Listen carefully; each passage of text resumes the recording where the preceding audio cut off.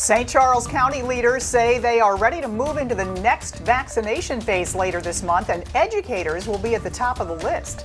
Good evening, I'm Kay Quinn. And I'm Mike Bush. Area high schools will serve as the distribution sites for county educators when the state moves into Phase 1B, Tier 3.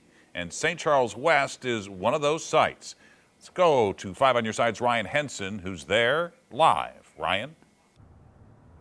Well, Mike, for most of the school, all of the school year here, and for most of the schools here in St. Charles County, educators have been in the classroom face-to-face with students. Well, now in a couple of weeks, those educators can put those COVID concerns at ease with the form of a shot. Been a lot of smiles around here the last 2 days.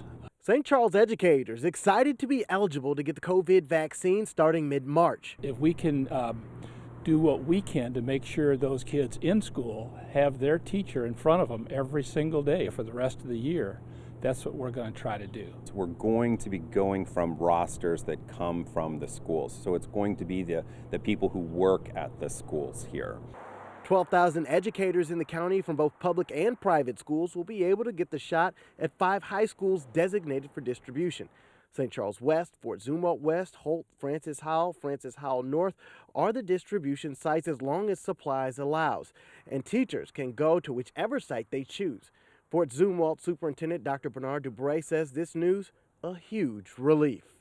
It really is. I mean, it's been a real stressful situation, a lot of anxiety out there. It's a very rewarding feeling to know that we were able to open our schools face to face. And now, we're getting to a point where everybody can open and be safe. Once teachers get vaccinated, Ehlmann plans to turn his attention to the students who have been remote learning full-time during the pandemic. I hope that I'm wrong, but I'm afraid that when we do the testing this spring or next year, we're going to find out that those students who actually weren't in the classroom perhaps are not going to do as well. And I think that's unfortunate.